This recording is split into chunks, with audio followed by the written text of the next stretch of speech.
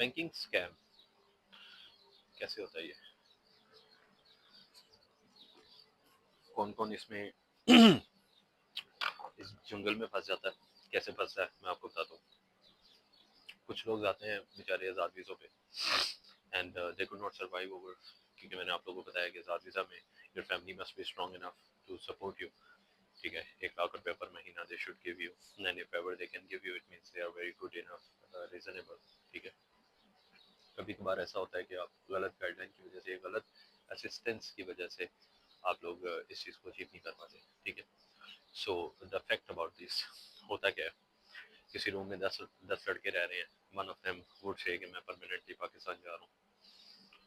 تو کیا کرتے ہیں کچھ اسکیمرز لوگ، کیا کرتے ہیں کہ آپ مطلب یہ سمجھ لیں کہ they would open his account، اس کے نام کی چیک بک لیں گے، اس کے نام کی چیک بک لے کے بلڈنگس میں کوئی بھی ریئل اسٹیٹ کا کام کرنا ہے نا، تو وہ چیک کی بیس پہ ہو جاتا ہے. آپ کو چیک پہ فلیٹ مل جاتے ہیں. ٹھیک ہے، اور جس بھی پارٹی کو آپ نے آگے سے وہ فلیٹ دینا ہے they would pay you cash. مطلب میں نے اگر وہ رینٹ پہ لینا فار ایگزامپل، کیونکہ میں چیک پہ انہوں نے پیمنٹ کی ہے 12 چیکس پہ. مطلب چیک پہ payment everybody feel secure because end of the day the law is with you. تو اس بندے نے چیک پے کر دی ہے بیکاز وہ اس چیز کو 12 مہینے کے لیے آن کرتا ہے. ٹھیک ہے، یہاں پہ میں نے کچھ مہینے کے لیے فلیٹ لینا تو ڈیفینیٹلی آپ وڈ پے رینٹ.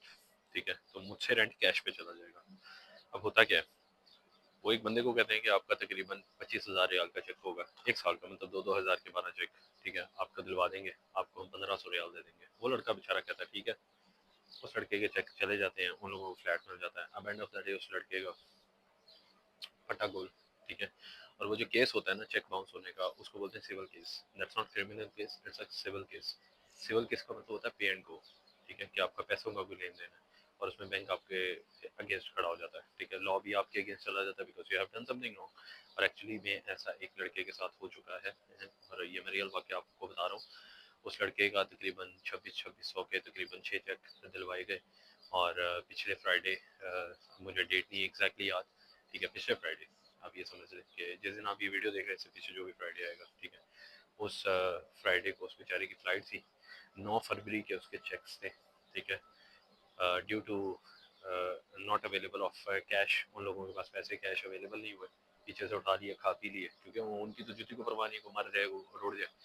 اس بندے کے چیک باؤنس ہو گئے ہیں. اب وہ بندہ 1.5 کروڑ پاکستانی کرنسی کے مطابق 1.5 کروڑ کے نیچے آ گیا ہوا ہے ایز پر دا چیکس ہی ریلیزڈ. اور اس غریب کو ملا 1,500 بھی نہیں ہے. ٹھیک ہے، تو ان چیزوں سے بچے. کوئی بھی بندہ اگر آپ کو ایسی کوئی شارٹ کٹ طریقے بتاتا ہے، سجیسٹ کرتا ہے کہ ہم آپ کو پیسے دیں گے، کوئی کسی کو پیسے نہیں دیتا. یہاں پہ بنا مطلب کہ کوئی کسی سے سلام بھی نہیں دیتا. ٹھیک ہے، تو یہ ایک کڑوا سچ ہے، اس کو سمجھیں. اور فجر کی اذانیں آپ کو بھی سنائی دے رہی ہوں گی. ٹھیک ہے، کوشش کریں نماز پڑھیں، کیونکہ میں نماز پڑھنے ہی جا رہا ہوں. اور میرے لیے اور اپنے لیے دعا کیجیے گا. Thank you so much for being with me again. اور اس طرح کی چیزیں میں بتاتا رہوں گا. مطلب آپ کو جتنی بھی چیزیں ملیں گی وہ ان شاء اللہ تعالیٰ کہیں نہ کہیں کسی نہ کسی طریقے سے آپ کے فائدے میں ہوں گی. ٹھیک ہے، اور آپ کہہ سکتے ہیں کہ میری ویڈیو کو آپ کسی سے کمپیریزن بھی کریں گے، you would find a lot of differences.